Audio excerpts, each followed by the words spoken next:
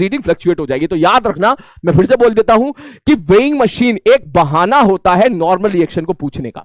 Normal reaction कितना होगा इसके लिए वो सवाल इस्तेमाल कर देगा, find the reading of the weighing machine. बिल्कुल इसी प्रकार एक आपने स्प्रिंग बैलेंस वर्ड सुना होगा, तो टेंशन पूछने का तरीका होता है स्प्रिंग बैलेंस सिस्टम।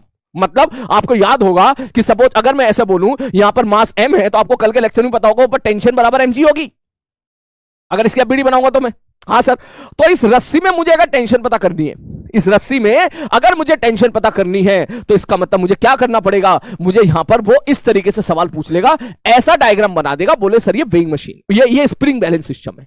मतलब ये स्प्रिंग बैलेंस सिस्टम का मतलब हो गया, कभी ऐसा आपको डायग्राम दिखे तो डरना मत, ये मत समझना कि स्प्रिंग लगा दिया, स्प्रिंग कांस्टेंट नहीं दिया, कैसे होगा सवाल। अरे भैया ये बहाना है, जिस रस्सी में उसने डायग्राम लगा दिया, समझ जाना कि वो जानना चाहता है, क्या जानना चाहता है कि इस रस्सी में टेंशन कितनी है। तो रस्सी